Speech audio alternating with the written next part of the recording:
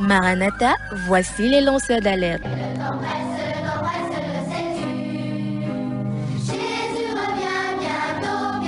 Avec vous dès le point du jour criant Maranatha, Jésus revient.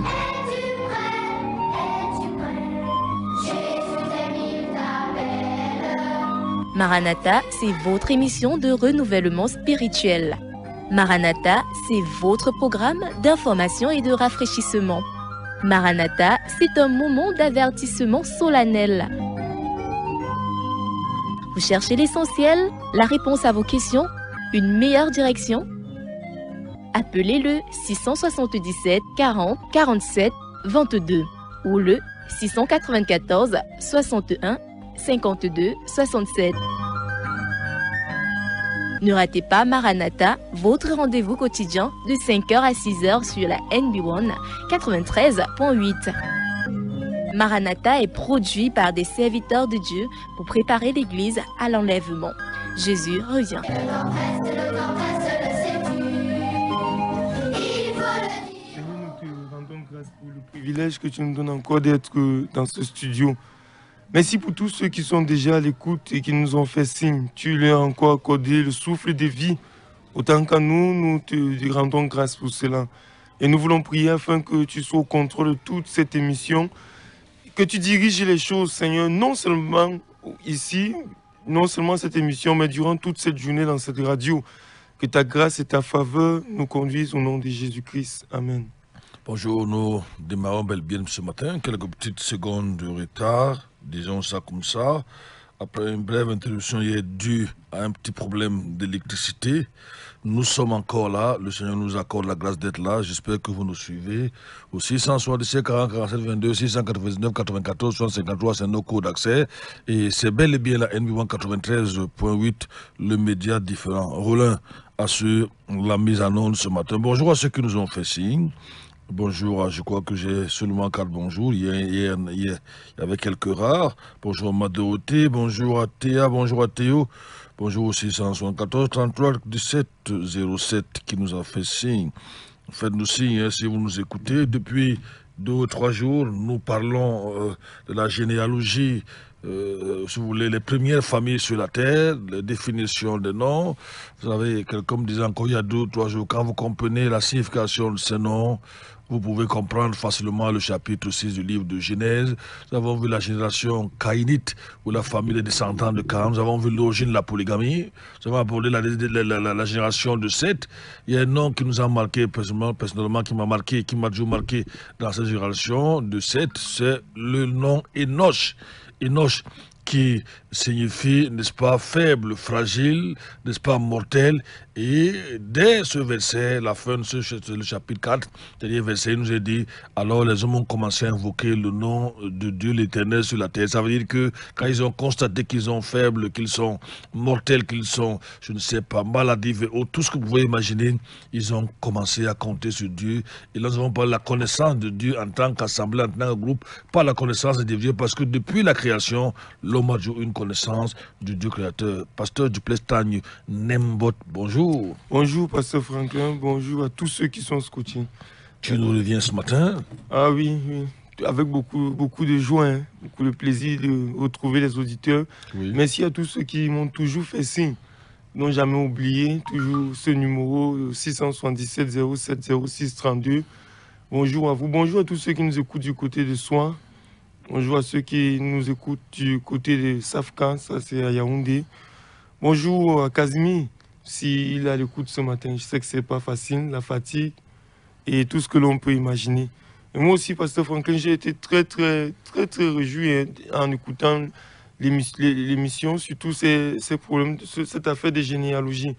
Et j'ai dit souvent que, bibliquement parlant, le nom définit le caractère de la personne. Oui. C'est-à-dire, au travers des noms qu'on donnait aux personnes dans l'Ancien Testament, vous pouviez facilement connaître le caractère, peut-être même retracer l'histoire de sa famille, Oui. peut-être même retracer l'histoire de toute sa généalogie. Oui.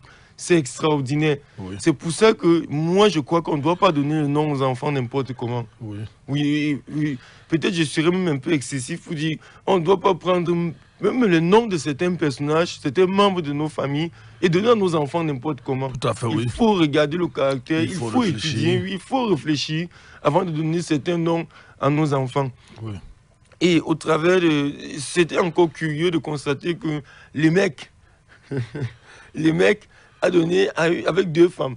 Oui. Et cet homme, les mecs, a même été... est le premier poète sur Terre, curieusement. Oui. Il est le premier poète et à travers ses poèmes et ses récits, où il faisait certainement ça pour se glorifier devant ses femmes, pour s'exalter devant ses femmes. À travers ses poèmes, il essayait de manifester une certaine gloire. Pas seulement ça, lui aussi est le premier, il fait partie des premiers chantres, curieusement sur Terre. Mais nous avons découvert ici au travers des enseignements que tout ce qu'il faisait n'avait rien à voir avec Dieu. Et je crois que c'est pour ça que Enoch va venir avec le nom que tu as aussi défini. Après lui viendra la fin. Et je crois qu'après Enoch est venu la fin. Donc, nous avons effectivement eu ici, on peut dire, on a retracé deux généalogies, 2 personnes qui sont nées d'une même personne, mais qui ont eu 2 destins et 2 finalités différentes. Je crois que cela devrait interpeller nos lecteurs de la Bible, parce qu'actuellement, nous sommes au livre de Nombre. Et le livre de Nombre est un livre très dense et très compliqué, surtout parce qu'il y a beaucoup de noms là-bas, il y a beaucoup de noms, parfois des noms à vous couper la langue. Je crois que l'étudiant, ou bien celui qui écoute Maranatha, je parle déjà comme dans une salle, celui qui écoute Maranatha va prêter attention au nom qu'il a dans sa Bible maintenant. Essayer de voir que signifie chaque nom, et la portée spirituelle des noms, à quel niveau est-ce que cela va se trouver. Mais cela m'amène à me poser une autre question, Pasteur Franklin. Peut-être c'est à toi que je vais poser cette question. Que faire donc si nous avons eu des mauvais noms? Les changer? Et les changer, cela implique aussi des conséquences. Parce que nous avons non seulement dans nos familles des gens qui ont des noms bizarres, vraiment des noms bizarres, où lorsqu'on apporte la définition, cela laisse vraiment à désirer. Changer ces noms. C'est vrai, pasteur Duplex, merci pour le temps que tu as essayé de prendre. Là, j'étais en contact avec un ami, le pasteur Curtis, je sais pas, qui m'écrit des États-Unis, il me dit que sort du culte, donc je lui répondais rapidement pour qu'il me laisse un peu à la radio. Ce n'est pas le temps de discuter, parler de l'œuvre. Alors, qu'est-ce que tu disais? Reviens un peu à ta question. Est-ce que nous avons vu toutes ces généalogies et surtout les noms? Le nom définit le caractère dans la Bible. Très souvent, certains noms vont définir le caractère, c'est ce que nous voyons dans toutes ces 2 généalogies, ces 2 familles. Une famille de Satan, et une famille de serviteurs de Dieu. Parce que vous voyez, si vous ne comprenez pas ça à ce niveau, vous risquez de devenir vous risquez de devenir un peu comme les banamistes, qui ont dit que le fils physique charnel du sang, c'est du diable, c'est Caïn. Donc c'est le diable qui a couché avec Adam, je veux dire avec Ève, pour donner naissance à Caïn. La Bible dit que Caïn était du diable. Or, ce n'est pas la Bible, ce n'est pas parce que, lisons un peu ce verset en passant comme ça, 1 Jean chapitre 3, verset 8 à 10, on va voir que ce n'est pas parce que Caïn avait pour père physique, et ça qui a amené cette doctrine-là, où les anges ont couché avec les filles des hommes pour donner naissance aux géants. Or, le mot géant en hébreu, Nephilim, ça signifie quelqu'un de très grande taille. C'est pour ça que quand vous allez dans le livre de Nombre, je crois bien, lorsque les enfants d'Israël vont conquérir Canaan, ils vont dire à Josué et à Moïse même, nous avons fait les vues des fils d'Anak là-bas, et devant eux sont des géants, le mot là c'est Nephilim, et devant eux nous sommes comme des sauterelles. C'est le même mot qu'on retrouve, je l'ai dit ici plusieurs fois, dans le livre de Genèse, je crois qu'on va l'aborder devant le chapitre 6, où on dit qu'il y avait des géants sur la terre, les géants étaient là. Les géants étaient là à cause de ce croisement, cette union entre les fils de Dieu, ces deux généalogies-là, les gens de pas 2 mètres, 3 mètres même comme Goliath, qui avait peur de 3 mètres et demi. Donc lisons un peu, ils disent que Caïn était du diable, c'était le fils physique, le diable a couché, a commis l'adultère, disons ça comme ça. Il y a des gens qui acceptent facilement des choses même qui ne sont même pas... Malheureusement. Je ne comprends pas, finalement, quand les gens vont dans les religions ou dans les... Ils deviennent même bêtes, même s'ils sont très instruits. Comment ils peuvent avaler des choses pareilles? Et tu vois souvent des gens qui sont très instruits devant quelqu'un qui ne peut même pas dire la voiture, mais il dit le voiture, mais ils le suivent. Quand la part de lui, il dit là. Mais les gens sont, je ne comprends pas. Bon, on comprend que les choses de Dieu, les choses spirituelles, ce n'est pas forcément l'intelligent. Allons-y, lisons un peu ce verset. 1 Jean 3, verset 8. Celui qui commet le péché est du diable. Celui qui commet le péché est du diable. Car le diable pêche dès le commencement. Verset 10. Verset 10. C'est dans cela que se révèlent les enfants de Dieu. Les enfants de Dieu et les enfants du diable. Par la vie de quelqu'un, vous savez s'il est enfant de Dieu ou enfant du diable. Celui qui commet le péché, qui vit dans le péché. C'est que pendant que je suis en train de parler, il y a beaucoup de nos auditeurs qui sont les enfants du diable. C'est pas moi qui le dis. Parce que quand tu dis aux gens, tu dis qu'ils disent que tu les juges. La religion enseigne aux gens, on me juge, on me fait telle ou telle chose. Non, c'est à travers un fornicateur, un concubinaire, un polygame est un enfant du diable. Il faut qu'on vous dise la vérité qui vous énerve. Peut-être qu'en vous la disant, vous allez vous repentir de devenir des vrais chrétiens, pas des gens qui vont ouvrir la bouche quelque part chaque matin ou chaque dimanche, ou c'est par la fin de grandes fêtes religieuses pour avaler 2 ou 3 ou un morceau de galette, n'est-ce pas, qu'on appellerait le corps, qui serait le corps de Christ, n'est-ce pas, le véritable corps de Christ, et ainsi on serait en train de faire du véritable cannibalisme. Tu as fini? Quiconque ne pratique pas la justice, ni celui qui n'aime pas son frère, n'est de Dieu. Verset 12. Ne faisons point comme Caïn. Donc, vous savez, quand on fait une petite analyse textuelle, une petite exégèse, vous comprenez pourquoi Caïn, allons-y. Qui était du malin. Qui était du malin. Et qui tua son frère. Et qui tua. Pourquoi il était du malin ici? Parce que c'était un meurtrier. Ah, parce que le diable a commis l'adultère avec sa main, comme les banamistes enseignent, n'est-ce pas? C'est ici qu'on parle de quoi encore là? Le fluide défendu. C'est une doctrine diabolique très grande, au point où même certains pasteurs, certains hommes d'église sérieux ont fini par avaler cet enseignement diabolique. Oui. Verset Jean 8, verset 44. Vous êtes de votre père le diable. Vous êtes de votre père le diable. Et vous voulez faire les désirs de votre père. Vous voulez faire les désirs de votre père. Il a été meurtrier dès le commencement. Et il n'est point demeuré dans la vérité. Il s'adresse à qui? Aux Juifs qui l'écoutaient. Aux Juifs. Il leur dit qu'ils ont pour père le diable. Cela ne veut pas dire que le diable a pris le temps de coucher. Appelons ça comme ça, appelons le chacha, comme enseignent ces sectes-là, n'est-ce pas? Chacune de leurs mères. Oui. Peut-être 100 000, 200, je ne sais pas combien de milliers de juifs pour être des pères, des enfants légitimes, et que le diable maintenant peut-être aurait fait un acte de naissance, ou à la place du père, n'importe, c'est écrit du diable, Satan. Non. À Dieu ne plaise. Non, ça n'arrivera jamais. Ça n'arrivera jamais. Dieu n'a pas prévu ça dans son omniscience.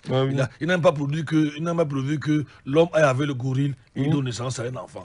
Il a prévu dans son omniscience que les espèces se reproduisent selon les espèces, les mêmes espèces. Donc le pasteur Franklin ne croit pas aux enfants de 2 mondes? 2 mondes, ça veut dire quoi? Moi, je ne crois pas ça. Tu ne crois pas ça, pasteur Franklin? Je ne crois pas ça. Elle est jeune ici, et pourtant elle est une reine dans l'autre monde. Je ne crois pas ça, c'est les choses des Africains. C'est les choses de la sorcellerie des Noirs qui ne développent pas l'Afrique, mais qui est plutôt là pour tuer son prochain, son voisin, pour empêcher son cousin d'aller à l'école, d'avoir le diplôme, de devenir ministre. Ça, c'est la sorcellerie des Africains, je ne crois pas ça. Il faut être bête et idiot pour croire à ça. Moi, je ne crois pas ça. Donc, le diable ne donne pas les enfants. Le diable, il a d'abord donné les enfants à qui? Il peut posséder les enfants, mais il a quelle capacité? S'il pouvait donner les enfants, il aurait rempli ce monde sur une commande des enfants et on ne vivrait plus. Le diable n'a rien de bon, Maintenant, il possède même les animaux. Les démons peuvent... Le diable cherche un corps. En fait, quand il doit agir, il doit passer en général par des corps. Il peut posséder... ça peut être un chien, ça peut être, je ne sais pas... Surtout les hommes. Mais il peut prendre les animaux. Je connais au moins un exemple où Jésus a envoyé les démons dans les ports. Donc, ah oui, on va souffler la musique et on va revenir à vous dans quelques instants. J'espère que mon ami m'a laissé un peu tranquille. Je ne le suivais plus. Ah, il dit, si tu pouvais être là-bas au Cameroun avec toi. On souffle la musique, on revient à vous dans quelques instants.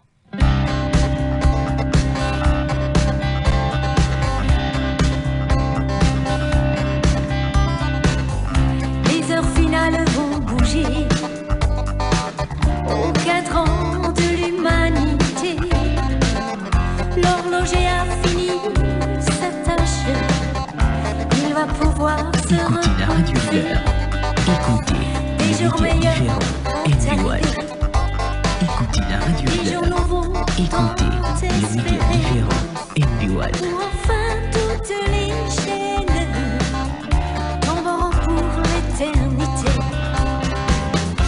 mis en toi ma confiance, mon destin et mon espérance. Mon avenir est dans tes mains, oui dans tes mains, je le sais bien. J'ai mis en toi ma confiance, mon destin et mon espérance. Mon avenir est dans tes mains, oui dans tes mains, et je suis bien. Mais il faudra lutter encore, lutter, se battre toujours plus fort, comme un soleil après l'orage. Pour faire et dire ce que je dis ici, il faut avoir mis en lui seul votre confiance. Je suis sûr à 100% que mes cheveux sont comptés. Je ne me soucie de rien. Je ne suis pas soucieux. Pas du tout. Parce que je sais en qui j'ai cru. Surtout depuis bientôt 31 ans que je me suis converti. Jésus ne m'a jamais, mais alors jamais dessus. Jamais, jamais, jamais, jamais, jamais. Donc j'ai raison de mettre en lui ma confiance. Comme nous avons vu hier que c'est par la foi, n'est-ce pas que c'est là que nous sommes arrêtés, par la foi que Enoch fut enlevé.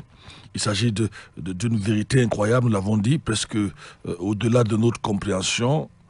Toute la foi d'Enoch était portée sur le seul grand désir de son cœur, être avec son Seigneur, être enlevé. Aujourd'hui, ce n'est pas ça le cas des chrétiens. J'aime souvent, je parle de moi, je les maîtrise. Je maîtrise ce mouvement, si elle maîtrise un mouvement ici, chrétien ou si vous voulez religieux, que je maîtrise au bout des doigts. Oui. N'est-ce pas? C'est cette histoire, ces églises dites de réveil, je les maîtrise, n'est-ce pas? Avec toute la confusion qu'il y a là aujourd'hui, je disais que ce n'est pas eux qui disent qu'ils sont là où les gens disent qu'ils sont sauvés, mais c'est eux qui partagent les maladies coronavirus. Ils ont peur de la mort à un niveau aujourd'hui. On se pose tellement de questions s'ils sont véritablement nés de nouveau. Toutes les maladies, tout ce qui sort à la terre, oh, vraiment, le coronavirus est monté, écoutez, lisez, écoutez cette vidéo, la vache est devenue folle là-bas. Les autres qui partagent, on sait que les mondains n'ont pas de paix, n'ont pas d'espérance. Ils n'ont pas mis leur confiance en Jésus-Christ. Ils ont peur. Mais aujourd'hui, il y a même d'autres qui ont sorti les prophéties ici, ils peuvent mourir avant 100 ans.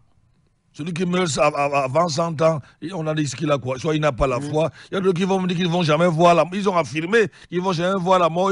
Ils ne vont même jamais vieillir. J'ai raconté, c'était comme ça. Je peux me citer certains noms. Pasteur Duplessis. Que Jésus leur a dit qu'ils ne vont jamais vieillir. Hein. Ah bon? Oui. Oui, jamais vieilli. Et aujourd'hui, c'est une de ces moments-là, quand tu la vois, elle ressemble à une joujou, surtout qu'elle se décapace à cette époque-là. Joujou, ça veut dire qu'elle ressemble à un monstre, parce qu'elle a vraiment plus de l'âge. Ça fait au moins 20 ou 25 ans qu'elle disait qu'ils ont eu des révélations, qu'ils ne vont pas vieillir. Elle avait un salon quelque part là-bas en ville, salon de coiffure. Donc, c'est triste. Lorsqu'on marche véritablement avec le Seigneur, l'apôtre Paul disait qu'il désire une seule chose, c'est d'être auprès du Seigneur. Il se dit que ça peut arriver. Je suis pas en train de dire que les gens vont aller se mettre à se faire tuer. Non, c'est pas ce que je veux dire. Mais reconnaissons aujourd'hui que le monde a un problème, comment j'appelle ça, une véritable psychose. C'est cette histoire, le problème de santé est devenu un véritable... Écoutez même les radios séculières là. On parle seulement de santé, telle huile guérit tout, telle chose fait comme si, oh, ne mangez plus, vous devenez gros, vous allez mourir. Là, il faut maintenant faire ceci, ne mangez plus comment je vais dire ça, les graisses sont montées, sont descendues. Pasteur Duplessis, je vous dis que on vous raconte tout genre d'histoire. Maintenant, on vous dit ne vous levez plus brusquement, le cœur va s'arrêter la nuit. Oui, il faut commencer par se lever, d'abord en 2 ou 3 minutes. Maintenant, il faut faire ceci. C'est m'a influencé, Pasteur Franklin. Tout à l'heure, je me suis levé. Comme déjà que je me suis réveillé vers 1h30, j'ai lu un peu là jusqu'à 3h, 3h30. J'ai donc voulu me coucher, n'est-ce pas, pour me dire que dans 30-40 minutes, les auteurs vont commencer à biper, mon réveil va sonner. Malheureusement, je suis entré dans un monde où peut-être que j'ai failli voir le Seigneur parce que le genre de sommeil là. Maintenant, quand tu as frappé, tu as appelé là, je me suis levé en sursaut. J'ai bondi, à mon âge, j'ai bondi du lit. Et c'est après que j'ai réfléchi qu'il fallait peut-être d'abord s'asseoir 32 secondes, après bouger les yeux 1 seconde, après respirer 2 ou 3 fois avant, mais parfois avant de faire ça, tu es déjà en retard. Hein? Oui, malheureusement. Que Dieu nous aide. Enoch, lui, n'avait pas. Il avait un souci. Ah oui. Il avait une espérance. Il savait que marcher avec lui, ça a des implications. Évidemment, Dieu l'enlevant en répond à sa foi. Pour ce qu'on appelle les post-tribulation ou tribulateurs qui disent que, n'est-ce pas, le chrétien va passer par la tribulation, ça, c'est une image de l'enlèvement avant la grande tribulation. Parce que pour ceux qui connaissent un peu de théologie, qu'on appelle eschatologique, l'enseignement de la fin des temps, il y a des gens qui disent que les chrétiens vont passer par la tribulation. J'ai même quelqu'un qui m'est très proche, qui enseigne cette doctrine, c'est parce qu'il a ramassé cela. Dernièrement, il nous a gâté la prière à cause de cela, ton ami, pasteur Duplex. Il y a d'autres qui enseignent que non, les chrétiens vont être enlevés dans au milieu, les mi-tribulations. Il y a d'autres qui disent que ce sera la fin. Oui. Les postes. N'est-ce pas? Nous sommes dans les pays, nous croyons que Dieu va préserver les vrais chrétiens des choses terribles qui vont s'abattre sur la terre. Et ici, Enoch est une image, parce qu'il a enlevé, vous savez, toujours Dieu fait des choses pour nous prévenir. Cela est une vérité, pour nous dire que c'est une vérité, c'est la vérité, ce n'est pas des fables. Enoch a enlevé juste avant le déluge, qui est une figure de la tribulation qui va s'abattre dans ce monde-ci, pasteur Duplex. Au point où les hommes vont fuir vers les montagnes vont leur dire, vous aviez peur avant, n'est-ce pas? Maintenant, c'est nous qui avons peur. On a besoin de se cacher, parce que la colère de Dieu sera tellement terrible que la terre et le ciel vont rouler comme un vieux manteau et être jetés. Les témoins de Jéhovah ne croient pas cela. Ils disent que la terre deviendra plutôt un paradis, n'est-ce pas? C'est pour ça qu'ils montent, ils calculent, ils comptent les maisons des gens, ils vont hériter ces maisons, n'est-ce pas? Quand Armageddon va venir et la terre va devenir, on va tout entendre avec les religions, soi-disant religions pseudo-chrétiennes, pasteur Duplex. Et donc, est donc enlevé. C'est une préfiguration des chrétiens qui vont être enlevés avant la souffrance de ce monde. N'est-ce pas? Enoch ne pouvait plus supporter d'être derrière le voile. Il voulait déjà, vous savez, derrière le voile, souvent, vous voyez parce que c'est pas de l'autre côté. Le voile, c'était le monde. Il voulait voir son Seigneur. Nous avons dit que Enoch n'avait pas de Bible à son époque.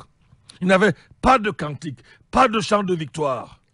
Il n'avait pas de frère en Christ ou de frère dans la foi. Pas d'enseignant, pas de pasteur, pas de Saint-Esprit en lui ou avec lui. Pas de voile déchiré parce qu'il n'était pas encore venu, qui donnait accès auprès du Père. On a besoin là aujourd'hui avec quelqu'un pour qu'il soit notre intercesseur, notre intermédiaire, ni mari, ni un prêtre, ni un pasteur. Le voile s'est déchiré après la mort de Jésus. L'Épître aux Hébreux dit que chacun peut s'approcher de Dieu à n'importe quel moment, sans crainte et avec confiance. Et il est assuré qu'il va obtenir miséricorde à n'importe quel moment. Donc soyez rassurés à ce niveau. Et là, ça me fait plaisir. Je n'ai pas besoin, à minuit, je me lève, je parle à Dieu. À 4 heures, je parle, à 24 heures, quand je veux, les portes sont ouvertes. Je n'ai pas besoin d'un intermédiaire. Je n'ai besoin ni d'un saint, ni d'une sainte, ni d'un prêtre, ni d'un pasteur. Je n'ai pas besoin d'un homme canonisé ou béatifié pour m'approcher de Dieu. Je sais que depuis que Jésus est mort, le voile a été déchiré, pas de bas vers le haut, mais du haut venant du ciel vers le bas pour montrer que maintenant le passage est libre. Dieu m'écoute à chaque instant. Enoch voulait, avant ce voile déchiré, voir son Dieu. Il marchait avec Dieu avant ce voile. On a lu ce verset de Hébreux chapitre 11, verset 6 qui nous dit qu'il faut que celui qui croit que Dieu existe.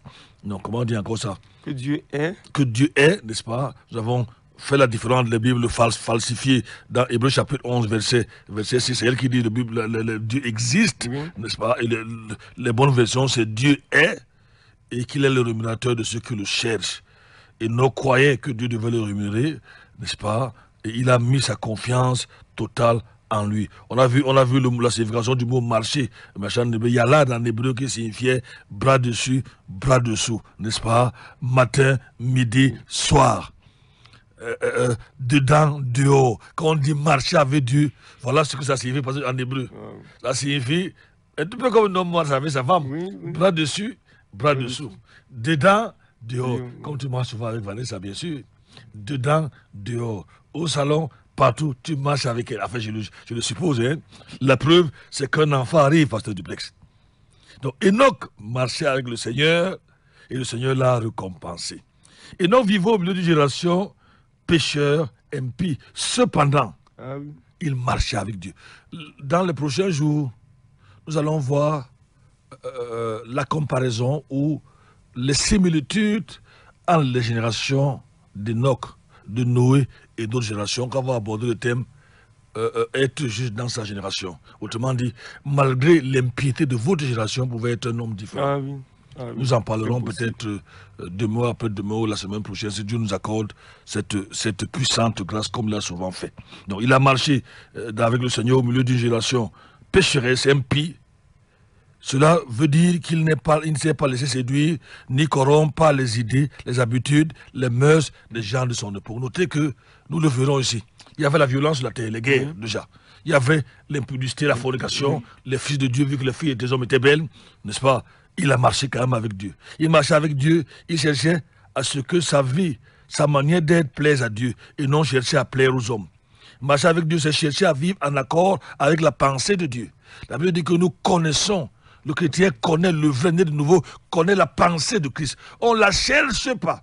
Aujourd'hui, les gens jeûnent 2, 3, 4 jours. Je cherche la pensée, je cherche la volonté de Dieu. C'est comme si elle est perdue. Je ne la cherche pas, je la connais. Je la connais de 2 manières, ou de 3 même. Dans ma conscience, Dieu est dans ma conscience. Dieu est dans mon esprit. Dieu est dans mon cœur. Quelqu'un a chanté, le ciel est dans mon cœur. Et maintenant, je la connais dans les Écritures. Et ce n'est même pas les Écritures, je la connais à travers des vrais frères. Pas des gens de révélation, de vision, qui plutôt créent la confusion, qui ne connaissent rien, souvent même rien des Écritures. Une soeur nous a écrit du Tchad hier. Elle a posé une question. Angèle, je la salue, elle est sur le forum Maranatha. Elle posait une question au pasteur Duplex. Est-ce normal que dans une réunion des chrétiens, tu as lu la question là, c'est une très bonne question. Les gens disent, Saint-Esprit, viens. Manifeste-toi. Agis avec puissance. Saint-Esprit vient. Et la question était pourtant normale. Et elle disait... Saint-Esprit descend. Saint-Esprit, bon, descend encore, peut-être, je ne sais pas. Tu voulais chercher la question? Viens avec nous, sois avec nous, ainsi de suite. Et dit que, alors que la Bible nous dit que Saint-Esprit est en nous, et il est avec nous. Et c'est ce que la Bible nous dit. Comment expliquer cela? C'était la question d'Angèle qui nous écrivait depuis N'Djamena hier. Je lui ai dit que c'est une hérésie typiquement des églises dites de réveil. Bibliquement, c'est pas normal. Mais vous savez, c'est une habitude. C'est vrai que ce n'est pas un péché de le faire. Oui. C'est vrai que ce n'est pas un péché. Mais scripturairement parlant, on est hors sujet. On a des petits soucis. Pour ne pas des grands soucis. Pouvez-vous demander à quelqu'un de venir en vous, alors qu'il est en vous depuis que vous êtes converti? Oui. Jésus a dit clairement, celui qui croit en moi, autrement celui qui est né de nouveau, mon Père et moi, nous viendrons habiter chez lui. Nous viendrons demeurer dans son cœur. Il a même dit, je suis avec vous tous les jours jusqu'à la fin du monde. C'est vrai que Branham a changé, les darbistes, ils ont changé parlant de la consommation. Vous savez, tenez-vous tranquille, ce n'est pas la même chose. Ce n'est pas la même chose. J'étais en train de travailler sur mon document hier, j'ai décidé d'accélérer le tome 2 de Bible Félatée, surtout que c'est là basé sur les comparaisons. J'ai passé il y a peut-être 5 à 6 heures derrière la machine, donc j'essayais de lire, de vérifier environ 5 ou 6 versets différents. Parce que j'avais des soucis parce que mon fichier, vous appelez ça comment? Bible Online. Oui. A disparu de la machine, on a formaté la machine, donc je ne sais pas si on en vend encore. C'est vrai que ça coûte souvent cher, ça coûte au moins 50 000. Oui. Bible Online en CD. Celui que j'ai, il paraît que les enfants ont gratté le CD. C'est une parenthèse. Donc il faut trouver un autre. Moi, je suis prêt à dépenser pour les documents. Parce que tenez-vous tranquille, quel que soit le domaine, la connaissance coûte cher. Ah oui, pasteur Duplessis. C'est parce que tu parles de 50 000. En oui. fait, la dernière version coûte 120 000. 120 000. Je crois que tu dois être dans les 90 000. Tu dois être dans les 90 000, ça veut dire quoi? Oui. C'est-à-dire la version que tu avais dans ta machine est dans les 90 000. C'est ce qui a été gratté là. Oui, 90 000. Parce que ça ne télécharge plus dans la machine, donc oui. ça saute. Oui. Alors, il faut chercher 120 000. Si tu veux la dernière version, c'est 120 000. Ça me gênerait pas si j'ai l'argent. Ah oui, ça me gêne pas de dépenser pour les livres. Oui. Ça ne me gêne pas. Vous allez voir, aujourd'hui, les pasteurs modernes ont une biblette. Je suis obligé de parler comme l'autre petite Bible là, qui est même félatée. Ils n'ont ni bibliothèque, ni je ne sais pas comment appeler ça. Allez chez eux, vous allez voir. Vous pouvez connaître la profondeur d'un pasteur. Même pas seulement un pasteur, oui, même un homme instruit, cultivé, s'il a une bibliothèque. Ah oui, ça c'est juste. Ah oui, tout homme cultivé, instruit, disons même un télo, disons ça comme ça, a chez lui une bibliothèque. Vous allez chez quelqu'un qui n'a pas de bibliothèque, tenez, si c'est votre pasteur, commencez à vous interroger sur lui. Et il veut vous interpréter les Écritures. Il va vous interpréter quelle Bible, quelles Écritures. Il va vous dire que là, la révélation, comment je vais dire ça? Pour si vous voulez que les gens écoutent votre cerveau, lisez le cerveau des autres. C'est clair. Si vous ne lisez pas le cerveau des autres, vous n'avez pas le cerveau vous-même. Ah oui, pasteur Duplex. Si vous avez un cerveau, lisez le cerveau des autres. Dans le cas contraire, vous n'avez pas le cerveau. Un homme qui ne lit pas le cerveau des autres n'a pas le cerveau. Ça, c'est de façon générale. Ça veut dire que si un élève, un étudiant, je ne sais pas qui, que ce soit même au niveau, si vous allez à l'auto-école, achetez le code, lisez. Ah oui, pasteur Duplex. Ah oui. Et vous allez voir comment la connaissance. Alors, on va avancer. Je ne sais pas ce qui m'a fait ouvrir cette grande parenthèse-là. Mais nous évoluons bel et bien avec cet homme-là, Enoch. Et nous avons dit ici qu'Enoch était noir. Ah oui.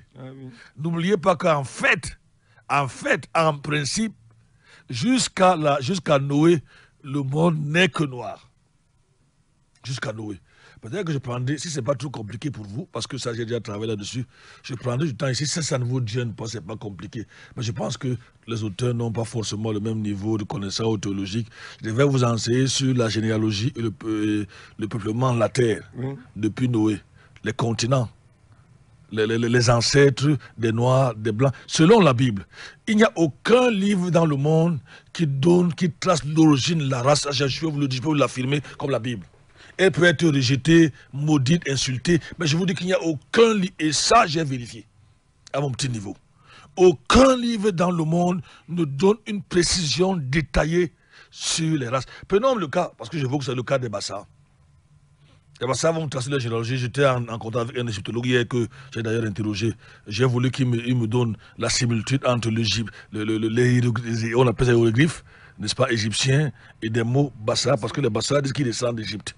Donc je l'ai consulté, je cite ainsi le docteur Eoné. Bonjour, parce que de temps en temps, il m'avait surpris quand il me dit qu'il écoute l'émission. Il écoutait l'émission. Quand on lui a donné mon nom, il s'est arrêté, il a dit je l'écoute. À la radio, je l'ai écouté plusieurs fois. Et ce pasteur est différent. Il est différent. C'est lui que j'ai devant moi, c'est une très très bonne chose. Ils peuvent essayer. J'ai causé avec lui pendant 3-4 heures de temps. Je pose des questions. J'ai d'ailleurs enregistré. Je lui ai posé 2 ou 3 questions. Il était même confus. Bon, vous verrez ces questions-là peut-être dans le livre. Mais à un certain moment de leur généalogie, même le même égyptologue est perdu. Il est perdu. Il est perdu. Bon, s'ils sont partis de l'Égypte, comment sont-ils arrivés ici à d'autres niveaux? Comment expliquer le fait qu'un continent, un peuple, si vous voulez, qui a eu les grandes civilisations du monde, est venu se faire massacrer par l'homme blanc? Il y a des questions, certaines questions qui sont difficiles à répondre. Comment, à un certain niveau, il s'arrête, la généalogie s'arrête. Et la Bible peut te remonter des origines jusqu'à Adam. Et ils vont vous dire Adam, fils de Dieu. Parce que ça n'en avait pas de père. Adam, fils de Dieu. Pasteur Duplex, on va. On avance? On avance, oui. Parfois, il y a tellement de choses à dire qu'on se trouve en train. Mais j'espère que les auteurs sont édifiés. Parfois, je dis toutes ces choses pour amener nos auteurs, nos amis, nos soutiens ici à Maranatha de comprendre que si vous avez mis votre confiance au Dieu de la Bible, vous avez visé juste. Si Jésus-Christ est dans votre cœur, ça dépasse des milliards qu'on pouvait avoir sur la terre. Ça dépasse tous les hommes, les maris, les femmes qu'on pouvait avoir sur la terre. Et je sais de quoi je parle. Je ne parle pas de la théorie. Je parle de ce que je connais, ce que j'ai touché. Il y a un verset qui dit que si vous avez touché, vous avez goûté que Dieu est bon. Moi, j'ai touché, j'ai goûté. Et je peux vous dire, je ne dis pas faites ce que je dis, mais ne faites pas ce que je fais.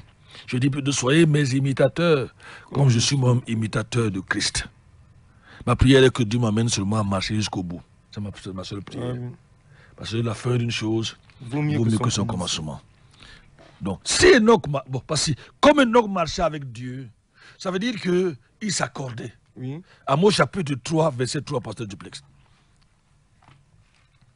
Amos 3, verset 3. Vous ne pouvez pas marcher avec Dieu si vous n'êtes pas d'accord avec lui. Non.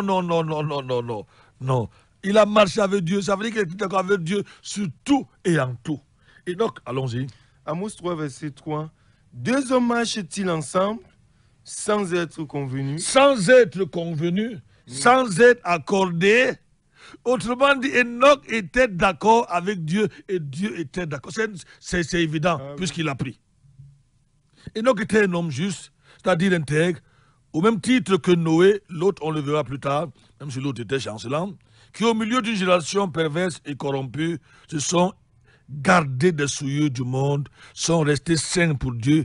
Ils n'avaient pas besoin d'être béatifiés ou canifiés, parce que canonisés, ça n'a rien à voir avec les Écritures. On dirait aujourd'hui qu'ils marchaient dans la sanctification, ils se séparaient du mal pour plaire à Dieu. Ils ne cherchaient pas à plaire aux hommes, mais à plaire à Dieu. Lisons un peu Galates chapitre 1, verset 10. Galates 1, verset 10. Je viens d'expliquer comment un homme, que signifie marcher, comment est-ce qu'il marchait. Il marchait dans la sanctification. Ils ont même d'ailleurs dit aspirer à la sanctification sans laquelle personne, et la sanctification sans laquelle, peut-être qu'on verra cela aussi. Hein. Allons dans Galates chapitre 1, verset 10.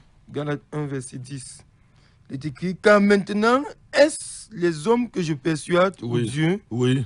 Ou est-ce que je cherche à plaire aux hommes? Est-ce que je cherche à plaire aux hommes? Car si je plaisais Car encore si je aux cherchais hommes, encore à plaire aux hommes, je ne serais pas un serviteur de je ne Christ. serai pas un serviteur de Dieu. Si vous cherchez la faveur des hommes, vous fuyez le candidaton. On va dire que je suis la boîte dedans. Mon beau-père, avant de partir, disait que si jamais je viens, on va dire qu'il est dans la religion, l'église de sa fille. Qu'est-ce qu'on va dire? Qu'est-ce que tel ministre va dire?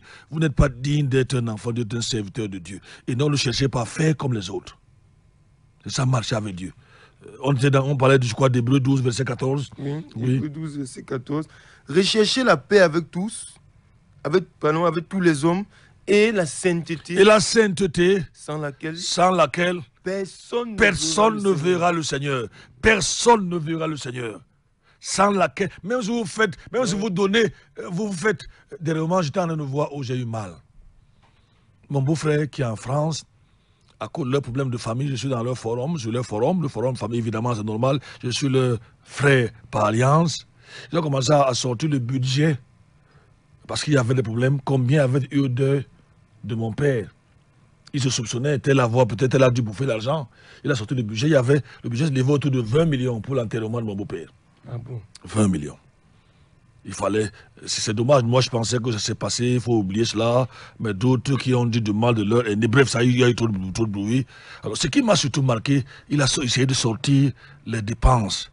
La cathédrale, on avait mis le corps, évidemment moi je n'avais rien à dire, comme on disait qu'il était catholique, n'est-ce pas? Je n'avais absolument rien à dire. Son corps a fait 2 à 3 heures à la cathédrale, ça a pris entre 200 à 300 000 francs CFA dans ce budget. Ah bon? Ah oui, seulement le séjour de 2 heures, tout dans cette religion est payé, les baptêmes, tout est payé. Rien n'est gratuit. Même quand vous leur donnez votre terrain, qu'ils arrachent les peaux. Je dis la vérité, si vous voulez, fâchez-vous. Parce qu'il y a des gens qui ont dit ici que ce sont mes bondioseries, n'est-ce pas? Qu'on va venir m'arrêter. J'ai peur qu'on m'arrête pour l'adultère ou la fornication ou le vol. Ouais. Mais je n'ai pas peur si on m'arrête parce que j'ai dit la vérité. Vous leur donnez votre terrain, n'est-ce pas? Et maintenant, si vous mourrez pour qu'on vous enterre, ici à Yaoundé, le coût c'est 2 mètres carrés, ça doit être entre 300 et 400 000 pour qu'on vous enterre. Dans votre terrain. Dans votre terrain. Dans votre terrain. Alors, à la cathédrale, à la croix de Déala, ils ont payé le séjour du corps, c'était 100 000. Donc, cette religion, je peux fouiller sur le net, sur mon groupe WhatsApp, dans mon téléphone. Cette religion a pris pour le cadavre et maintenant, au deuil, il y a une quête. Je ne me souviens plus de l'argent parce qu'ils n'ont pas compté ça. Ça allait seulement dans les poches de ces gens qui avaient les longues robes blanches là. Mais ça, ils ont pris entre 300 et 400 000 en l'espace de 24 heures. D'ailleurs, c'était un grand qui était mort. Il fallait que les gens se sucrent sur le dos du cadavre, comme j'ai dit dans un livre, avec ce aux riches. Ah, j'aime souvent dire que Dieu... Donc, ils ont pris près du million. Que Dieu nous aide. Je ne parle... Le jour-là, il y avait des ministres. Imaginez-vous un peu. Déjà que mon épouse me dit que au deuil de sa mère, il y a plusieurs années aujourd'hui, il y avait eu environ 1 million de l'offrande qu'on avait compté. Il y avait eu environ 1 million. Imaginez-vous donc, quand le vieux lui-même s'en va. Je ne sais pas, bon, on ne nous a pas dit, ou je ne sais pas, ce jour-là, c'est ce qu'ils ont pris. De tous les mots. Ce qu'ils ont pris, beaucoup d'argent, ils sont partis comme d'habitude, n'est-ce pas? Nous ne cherchons donc pas à plaire aux hommes. Je suis allé comme ça pour dire qu'on ne cherche pas à plaire aux hommes, mais on cherche à plaire à Dieu. Ah, oui. Ce qu'on dit ici à Marana, ça peut vous énerver. D'ailleurs, ça c'est un peu triste. Mais nous, quand nous faisons le bilan, les auteurs fidèles qui soutiennent Maranatha, ils n'atteignent pas 10.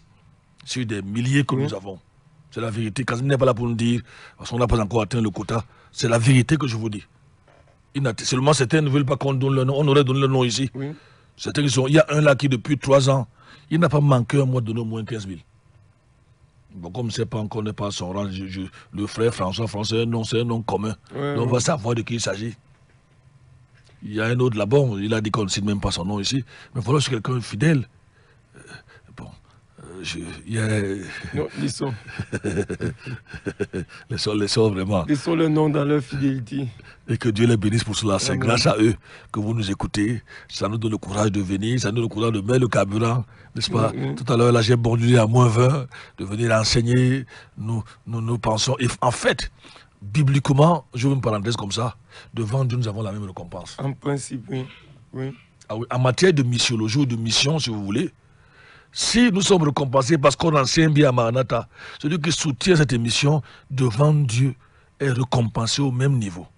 Parce que la même manière que par nos paroles, les gens sont sauvés, les gens changent. Il y a Eric de la Côte d'Ivoire qui me disait encore merci hier.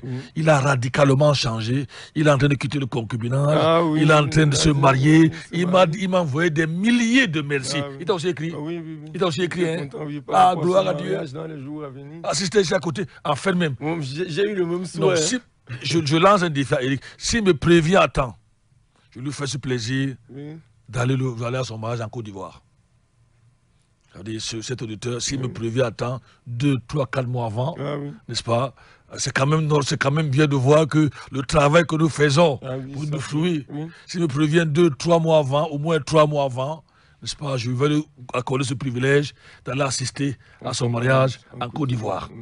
Là, il va suivre l'émission, il sait qu'il risque de me dire, je vais te prévenir, viens à Abidjan. Ça, je suis sérieux. D'ailleurs, je ne peux pas dire des choses comme ça sur la radio et je blague, pasteur Duplex.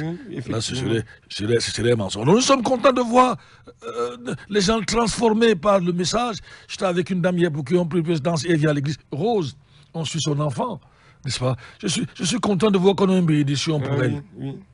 Depuis qu'on se connaît, on est comme une famille, je prie pour elle. Bref, je ne peux pas compter. Que dit Blaise? Ils sont nombreux, Elvis. Bref, je pense que ceux-là, devant Dieu, nous avons la même récompense. Parce que nous participons tous à l'avancement du royaume de Dieu pour le changement des hommes et même pour, pourquoi pas, un meilleur avenir de notre pays. Parce que Dieu transforme les pays, Dieu transforme les nations, surtout les hommes. Si les hommes sont transformés, les nations ou les peuples seront transformés. On va avancer un peu, on ne court pas beaucoup aujourd'hui.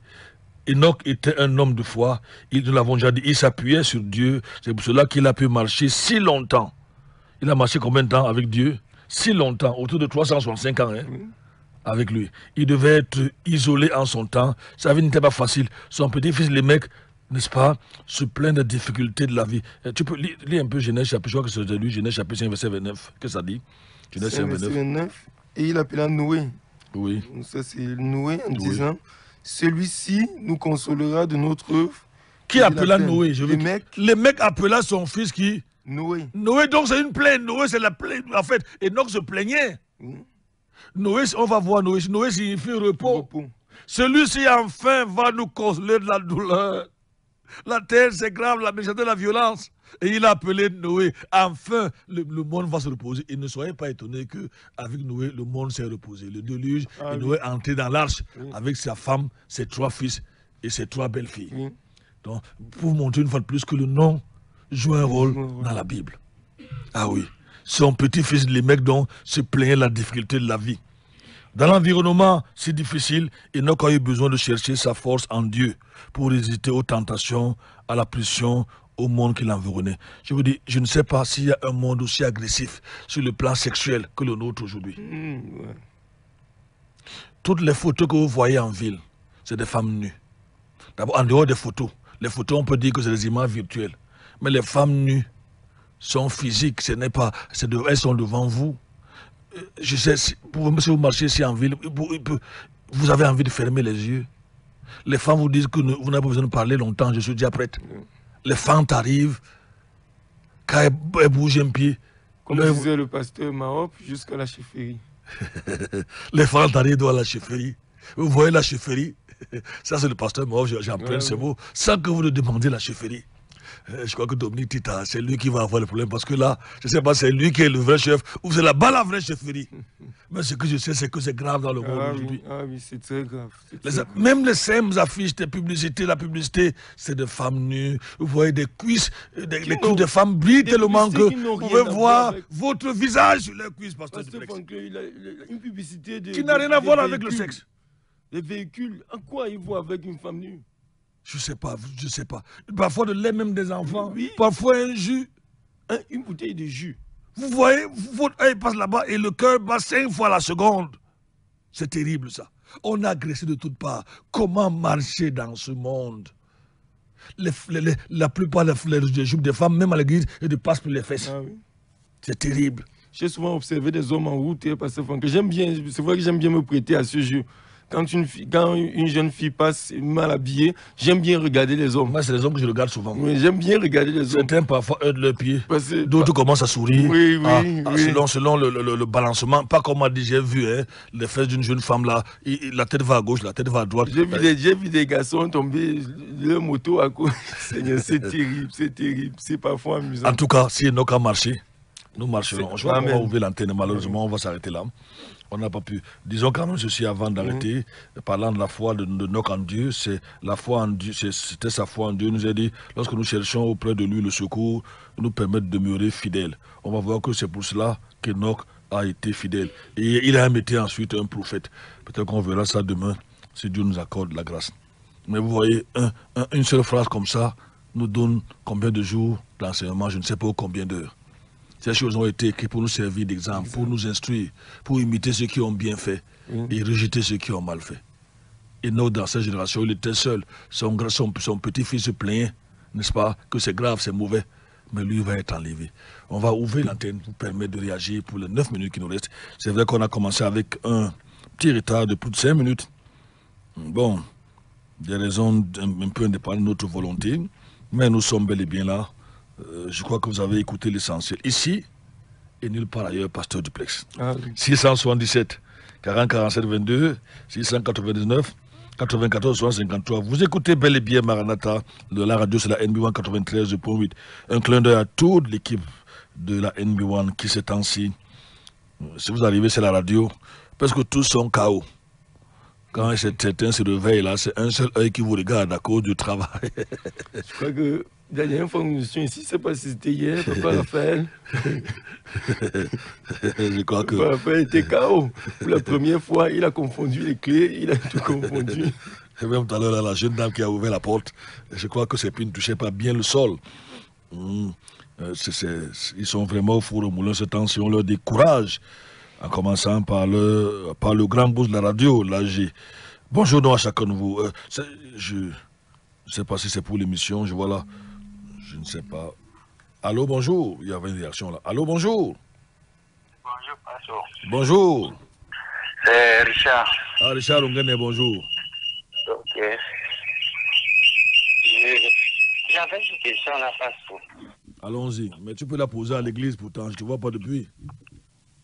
Ah, ok. Non, mais tu poses la musique quand même, tu peux aussi la poser à l'église. Vas-y. Ok, je disais que j'ai porté une dame hier, elle est dans une église de réveil là. Elle me disait que lorsqu'on meurt une mort précoce, ça veut dire que ça vient du diable. Et je lui ai posé la question que Jésus qui est mort à 33 ans, et on peut dire quoi de ça? Elle me dit que Jésus-Christ avait une mission, ça c'est vrai. Et elle a aussi parlé que les enfants dans la Bible dit que les enfants doivent enterrer leurs parents, ça aussi c'est vrai.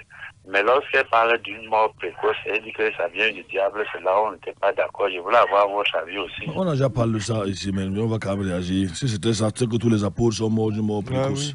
N'est-ce pas? Je ne sais pas combien ont été. Le seul qui a véritablement vieilli, pour l'avoir autour de 60 ans, c'est vrai. Je crois qu'il n'avait pas atteint 70. Celui qui a véritablement vieilli, c'est l'apôtre Jean, qui a eu environ 90 à 95 ans. Mais le reste a été tué, persécuté. Je crois peu ont vieilli. Et quand on regarde dans les Écritures, beaucoup de serviteurs de Dieu sont morts jeunes. Même pas seulement dans les Écritures, Pasteur Franklin. Je crois qu'avec la sœur Ève, un jour, nous prendrons la peine de parler, même dans l'histoire de l'Église, certaines personnes qui sont... D'accord, je n'ai pas voulu, parce qu'ils disent que ceux qui meurent donc comme ça, c'est le diable. Ça veut dire que c'est le diable qui les a volés. C'est pour ça que je dis, même dans la Bible, c'est des gens qui enseignent que le chrétien n'est pas trop malade. On a vu Paul malade, pas d'un accident. Je vous dis que c'est un milieu dommage, hein. C'est un milieu hérétique. Il y a trop d'hérésie là-dedans. Vous avez commencé bien sur une chose, maintenant terminé bien sur une autre. Ils ont fait beaucoup de bien dans le monde avec le quand je parle. Moi, je n'ai même pas besoin le mot réveil, je préfère le mot pentecôtiste. Parce que le réveil, il y a trop de faux. Mais quand on parle de pentecôtiste, on peut maintenant commencer à distinguer, n'est-ce pas? Il y a trop de faux là-dedans, trop de faux. Ils sont à l'origine de toute l'histoire des démons, des sorciers. C'est eux qui ont amené ça. C'est eux qui ont amené ça au niveau certain. Aujourd'hui, les enfants sont bannis de leur famille, les femmes perdent leur foyer parce qu'on leur a dit que le mari ou la femme, je ne sais pas, est sorcier. Il faut faire attention. C'est pour ça que nous vous encourageons à connaître les Écritures. Alors vous épargnez de ce genre de personnes, n'est-ce pas, de marchands d'illusions. Je connais une dame qui était chez nous, on lui a promis un enfant.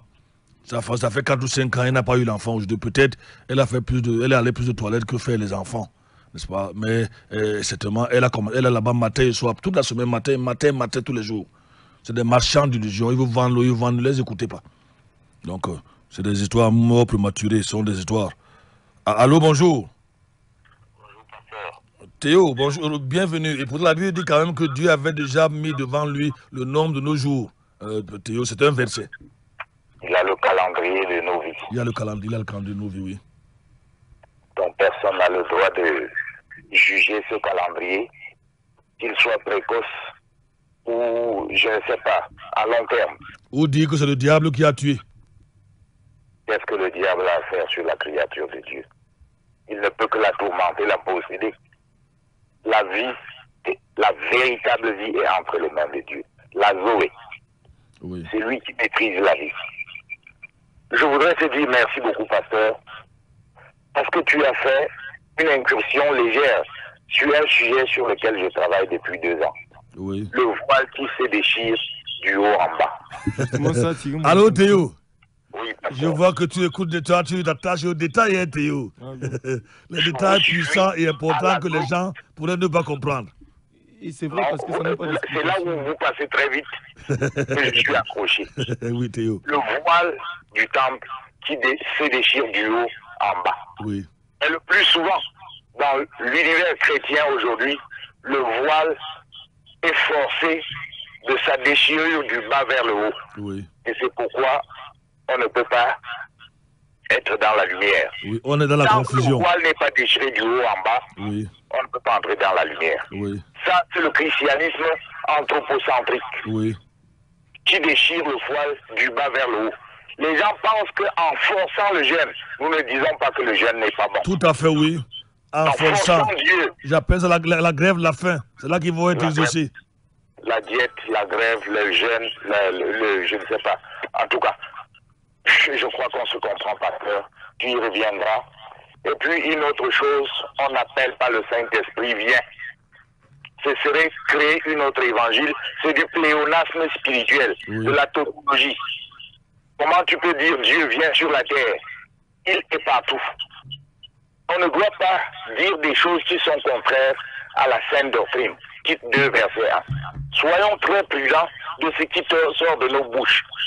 Sois béni abondamment, pasteur. À bon entendeur. Salut. Bonjour. Merci beaucoup. Il y a des gens qui essaient de réagir. Là, malheureusement, on n'a pas ce temps aujourd'hui. Il reste au trop 1 minute 30 secondes. Les auditeurs réagissent. Je ne sais pas si cela concernait l'émission. Je crois que non. Non, je crois que c'est comme nous disions au début. Hein. Les gens ont peur de tout. Les gens ont peur de tout. Bonjour à toute la famille Maranatha. Je suis scotché. Bonne émission. Tout à l'heure, il y a un autre qui a voulu nous joindre au numéro 699, mais nous étions en ligne avec Théo. Cet autre, je crois que ça c'est plutôt Zekeri. Vous voyez, maintenant on nous dit là le cancer n'est pas mortel. Voilà, c'est les frères qui nous envoient ça. Éviter de consommer le sucre. Éviter de consommer ceci. Nos grands-parents, arrière-grands-parents n'avaient pas ces choses-là, mais ils vivaient, n'est-ce pas? Ils vivaient 100 ans, 110 ans. Pourquoi on prend Madoroté, peut-être la dernière auditrice ce matin? Allô, bonjour. Bonjour. Bonjour. S'il vous plaît. Bonjour. Bonjour, pasteur Franklin. Bonjour, Mado. Merci. Je veux vous remercier pour le message de ce matin encore. Allô, allô. Oui, pasteur. Gardez l'écoute. Madoroté, tu as 10 secondes, on parle au auditeur, s'il te plaît. D'accord. Allô, allons-y. Oui. Bonjour, révérend pasteur. Ah, c'est Jérémy plutôt. Allô, bonjour. Tu as coupé Madoroté, je voulais l'écouter. Bonjour, pasteur Duplex. Bonjour. Bon, je reviens, merci pour l'émission. Je reviens pour la question que pasteur Duplex a posée au début. Là. Oui. Il a dit que si on a déjà un nom, qui n'est pas un bon nom, qui est un mauvais nom, comme on dit, qu'est-ce qu'on fait? Oui, on reviendra dessus demain. Il faut appeler demain au début de l'émission pour la poser. On va essayer de répondre. D'accord, Si nous sommes déjà à la fin, on va essayer de... Oui, merci beaucoup. On donne à Mado 30 secondes si elle peut réagir. Nous sommes déjà à la fin de notre émission. Est-ce qu'elle peut dire ce qu'elle voulait dire tout à l'heure? J'avais deux auteurs en même temps. Oui, Mado, 30 secondes. Ah oui. Je pense que j'ai même déjà dit l'essentiel. Je disais merci pour l'émission. Et je dis, comme tu l'as si bien dit, si Enoch, dans ce monde cruel, avec la dépravation, avec tout ce que nous vivons, a marché sans Bible, sans cantique et tout ce que cela comporte, nous avons tout cela par la grâce de Dieu. Nous allons marcher comme Enoch pour voir un jour notre Dieu. Amen. Amen. Merci beaucoup. Merci beaucoup. Pasteur Duplex, nous sortons de notre émission. Moi, ce qui me marque pendant que nous sortons, c'est le petit-fils de Enoch, Lémec, qui a donné un nom à son fils parce qu'il y avait la souffrance. Il y avait la souffrance. Pas facile. Pas facile. Tes contacts, s'il te plaît. 677 07 06 32 655 33 37 59. Casimir n'est pas là ce matin. J'espère que vous avez ses contacts pour ceux qui veulent soutenir. Comment veulent commencer à soutenir l'émission? Il n'a pas encore atteint le quota. Il m'aurait dit, je crois que... Mais ce n'est pas très très loin. Vous pouvez l'appeler ou si vous n'avez pas son numéro, vous m'appelez. Mes contacts, je vous les passe rapidement. 677 40 47 22, 677 40 47 22 ou le 699 94 60 53. Roland a assuré la mise en onde par Raphaël, n'est-ce pas, le doyen de la bande FM, la régie d'antenne. L'AG a supervisé. Nous vous disons au revoir. À demain, s'il plaît à Dieu.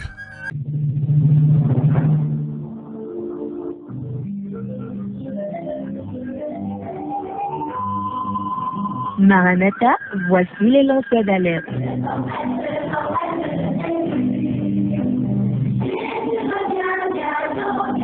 Avec vous dès le point du jour criant. Maranatha, Jésus revient.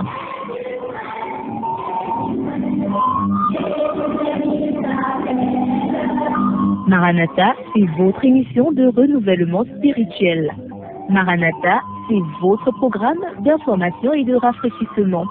Maranatha, c'est un moment d'avertissement solennel. Vous cherchez l'essentiel, la réponse à vos questions, une meilleure direction? Appelez le 677 40 47 22 ou le 694 61 52 67. Ne ratez pas Maranatha, votre rendez-vous quotidien de 5h à 6h sur la NB1 93.8. Maranatha est produit par des serviteurs de Dieu pour préparer l'Église à l'enlèvement. Jésus revient.